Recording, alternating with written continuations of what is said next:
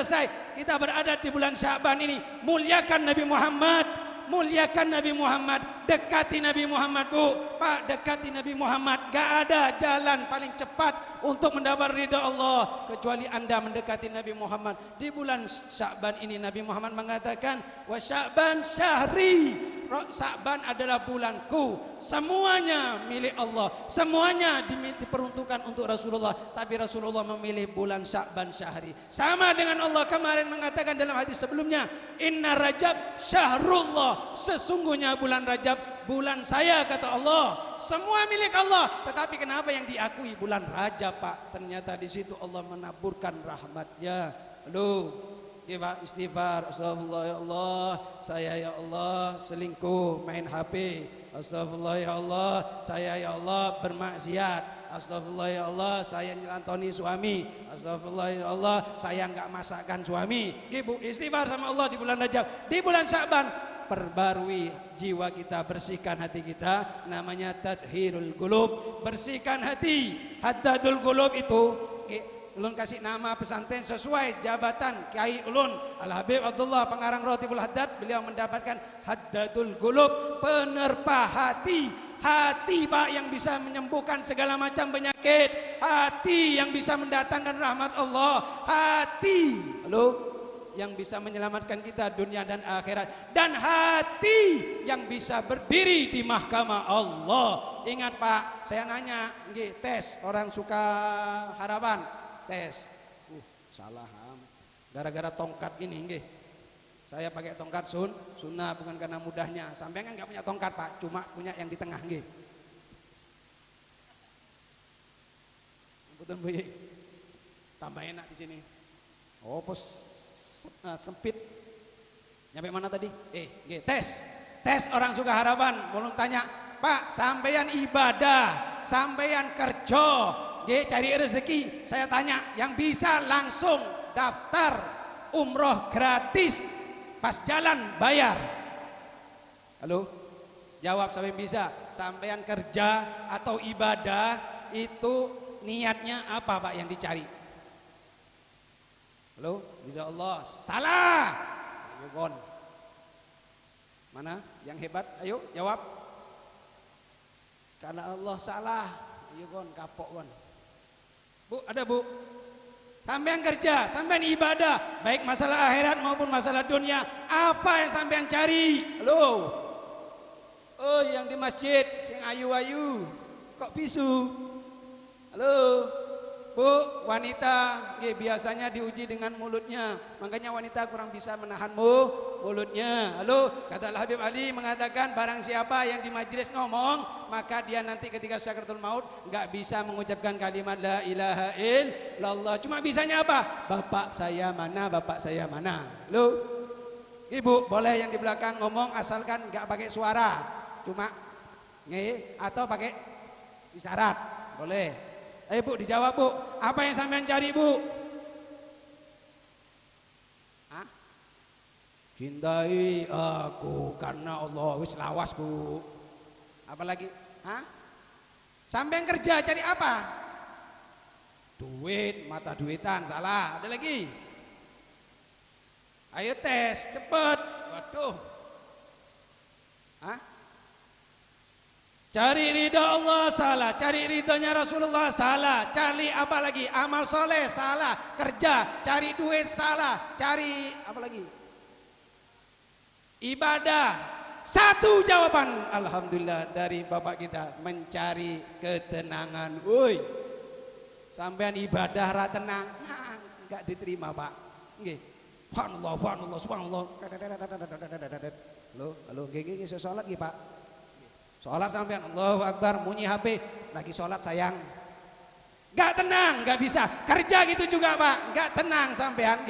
Bukan ketenangan yang dicari, gak dapat gajian 3 juta, dihitung-hitung tanggal muda, sisa 100.000. Kenapa? Bayar hutang. Kenapa? Karena gak ada ketenangan. Ketika tenang, berkah turun, rahmat Allah turun, hidayah Allah turun. Oi, sing tenang Bu. Hidup di dunia ini harus tenang. Orang zikir Pak, kalau istighraq kepada Allah zikir, la ilaha illallah niku Pak mantep nikmat dikir. Tapi kalau sampai cuma la ilaha illallah, la ilaha illallah, goyang-goyang kepeke blok. Opo Mas? Nggih. Ada di Panggalambun Pak. La ilaha illallah. Mas, dikasih tahu. Weh, orang dikir. La ilaha illallah. Mas. Berkali-kali kasih tahu. Maksudnya apa? Mas, motor sampean diambil maling, katanya ini. Dikasih tahu. Enggak mau. La ilaha illallah. Setelah la ilaha illallah, selesai Muhammad.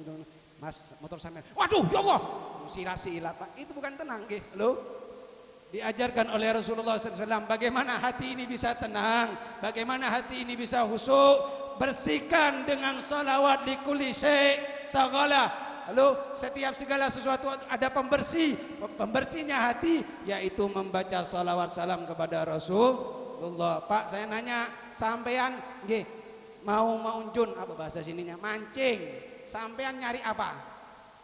Ikan, nggih, pakai gail sendiri, pakai anu sendiri. Sampean coba nggak tenang mancing gini. Dapat Pak. Itu ilmu Pak, nggih, ketenangan, diam, dirokok pelan-pelan. Rokok nggak goyang Pak. Goda, lari ikannya. Butuh tenang. Halo? Ya Pak, setuju? Kalau tenang, turun rahmat Allah.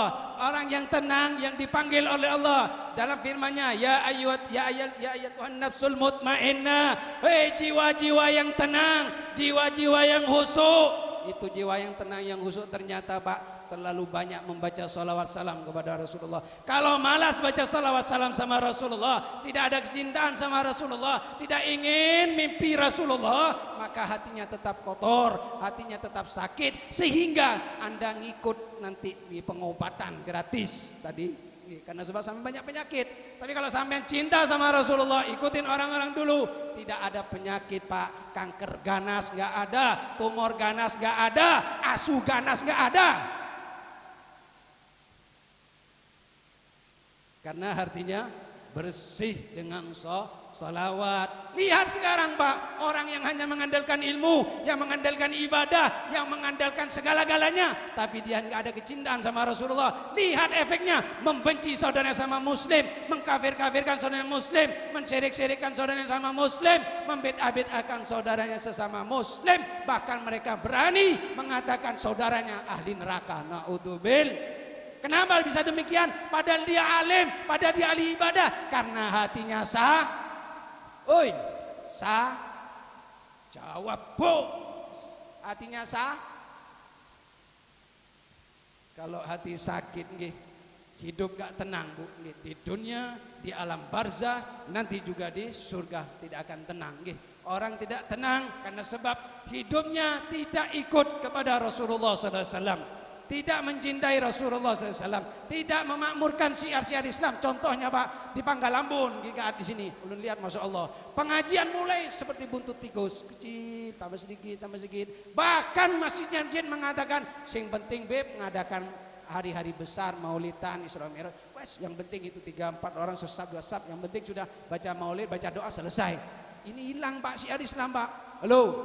Sampean besok tahun lagi kata Mbak Yeti, tahun lagi insya Allah kalau panjang umur semuanya hadir ke tempat ini, bawa saudara-saudara kita semuanya ikut membesarkan syiar. Kalau rame syiarnya yang datang, maka malaikat turunnya banyak, rahmat Allah turunnya banyak di tempat yang berkah ini. Halo.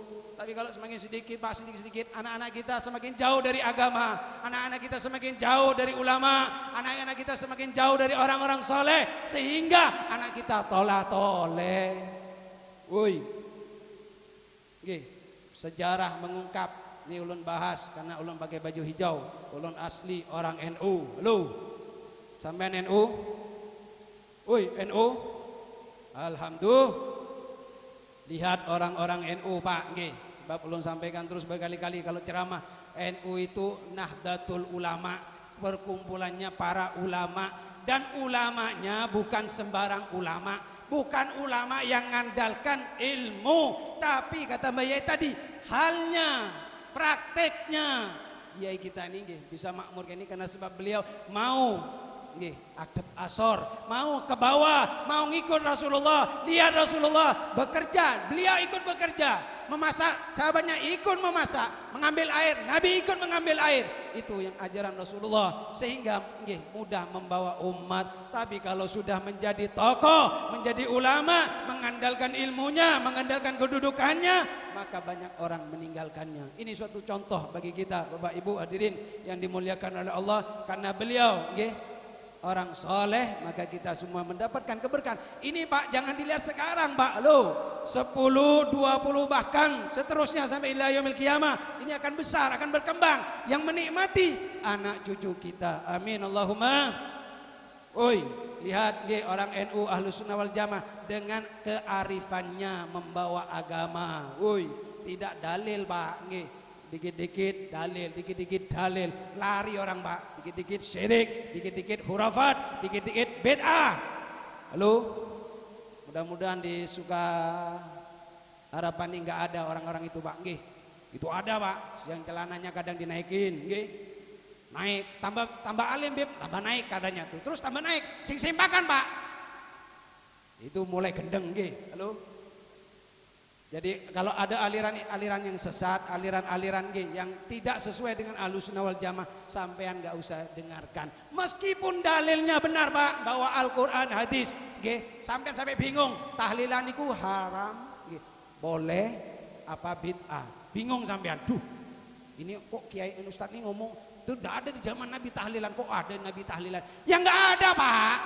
Oi, tapi Nabi baca kalimat la ilaha illallah, ada hadisnya. Sahabat mengamalkan kalimat la ilaha illallah, ada hadisnya. Zaman Nabi nggak ada yasinan. Ya nggak ada bro.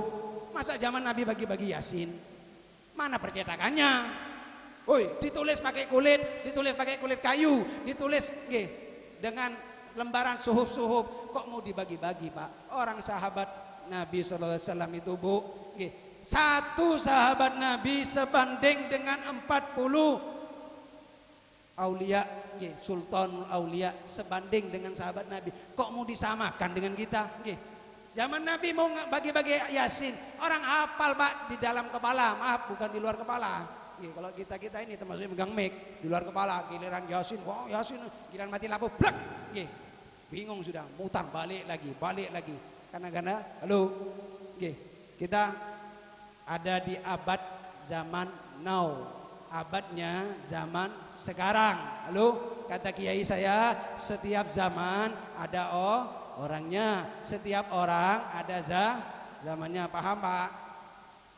Kalau sudah zamannya sahabat, ya orangnya itu Pak, nggak mungkin model kayak gini, seperti kita ini, nggak mungkin Pak, nggak masuk, dalam kriteria nggak masuk. Kita sholatnya arang-arangan, zakatnya arang-arangan, sedekah juga jarang, apalagi umroh hajinya jarang dan lain semuanya. Banyak ibadah kita tidak seperti sahabat Nabi. Ya kita ikut sahabat Nabi, memang ikut Pak, cuma kita ngikut semampu kita. Sallallahu alaihi Muhammad.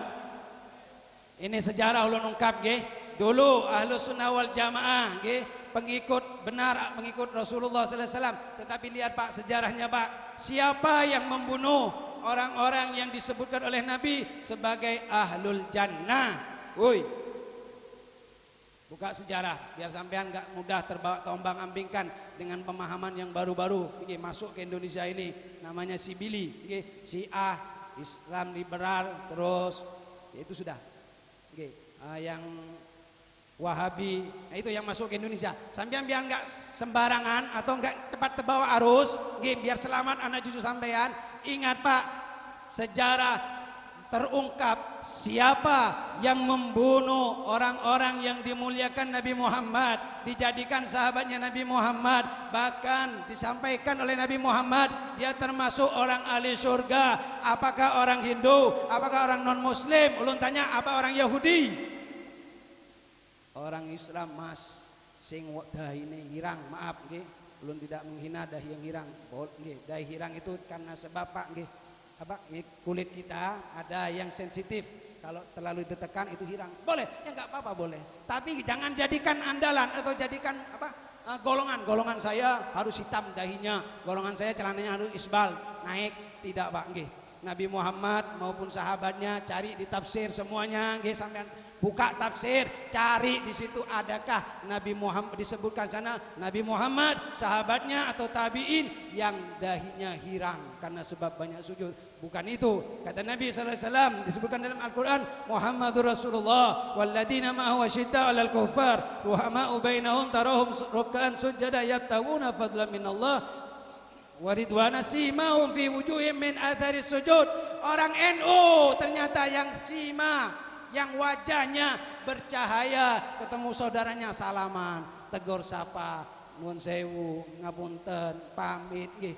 Ada rasa senyum dan lain sebagainya. Ini Pak, yang bentuk dari orang ahli ibadah, bukan yang karena sebab ibadah nyampe ke langit menyalahkan saudaranya, bahkan membunuh saudaranya. Ingat kata Nabi, nanti akhir zaman ada orang yang kalau membaca Al-Quran fasih.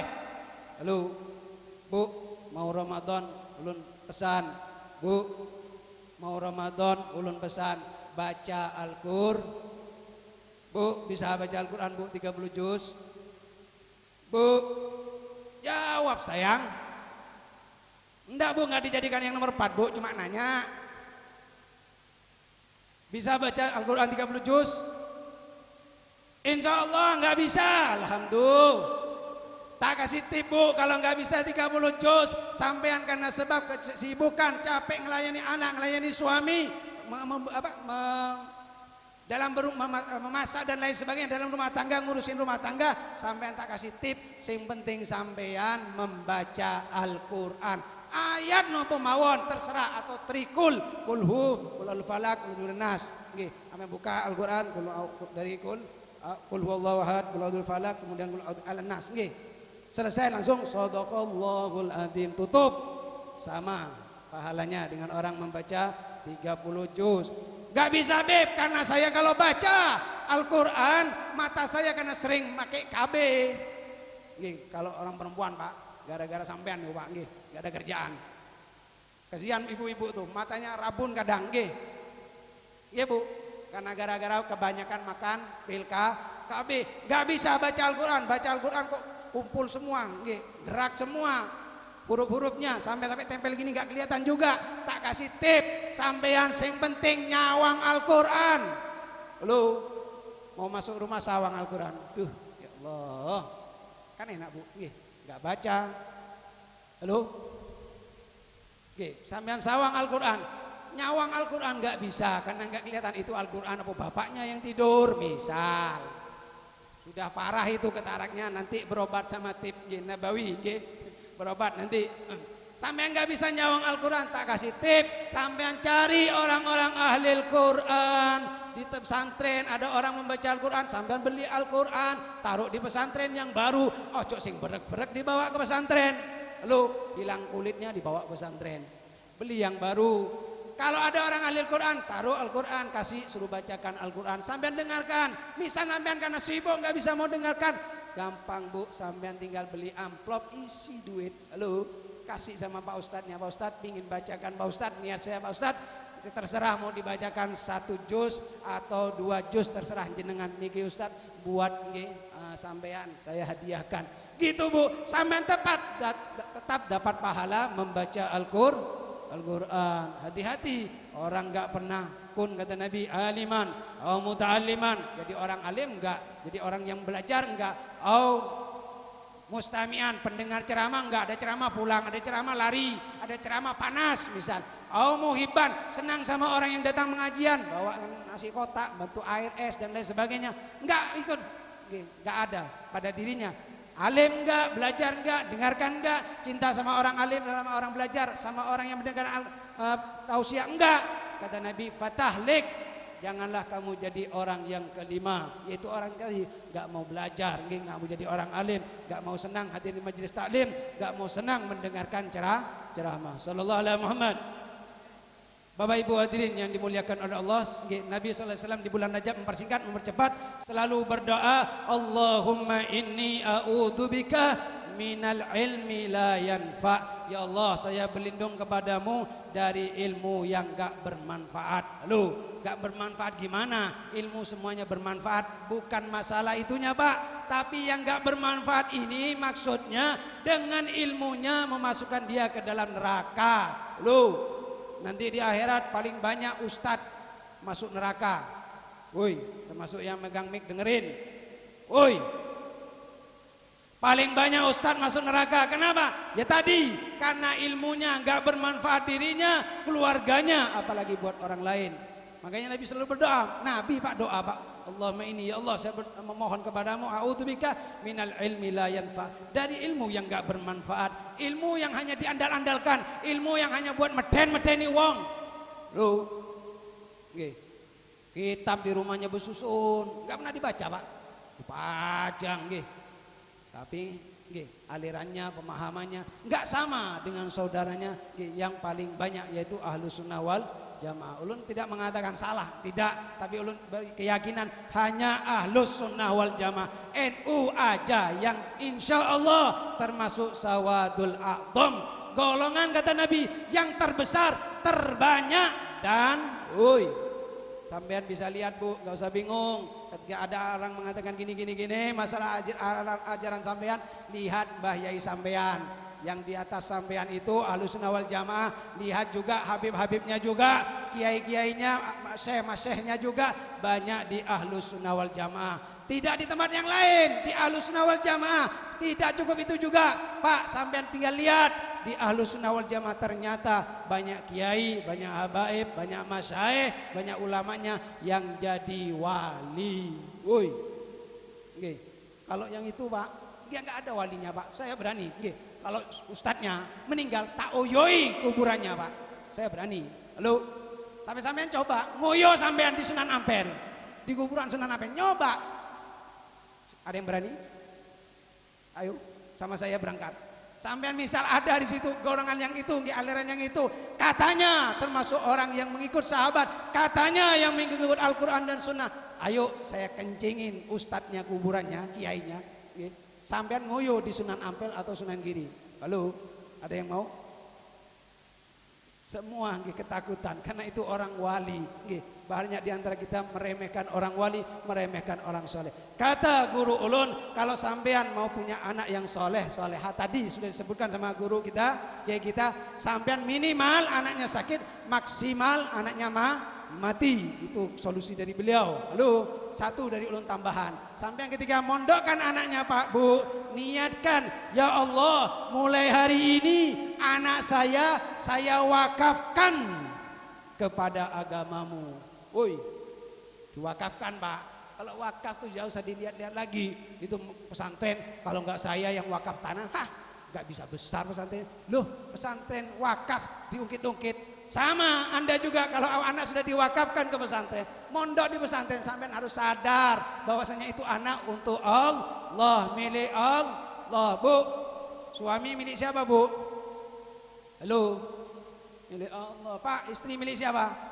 Milik Allah. Meskipun jelek-jelek gini Pak, agak hitam-hitam gini, ini asli Pak, tanpa formalin dan borak Pak. Meskipun kayak gitu juga ibu-ibu, dicarikan tukar tambah, nggak ada yang mau. Sallallahu alaihi Muhammad. Oke, bersingkat lagi 5 menit lagi.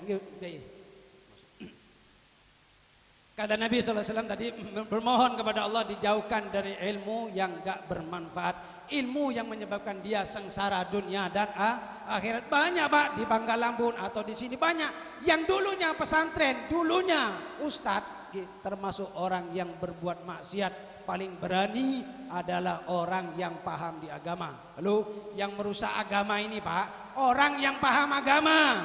Yang merusak politik, orang yang paham yang merusak hukum, orang yang paham Ini sudah Pak, sunnatullah. Kalau enggak hatinya liar, hatinya enggak pernah nyantol sama Rasulullah, ilmu yang masuk membawa mudarat pada dirinya. Na'udzubillah. Bu, ajarkan anak kita bersihkan hati, bawa anak-anak kita senang membaca sholawat salam kepada Rasulullah Sallallahu Alaihi Wasallam. Sallallahu Alaihi Muhammad. Sallallahu Alaihi Muhammad.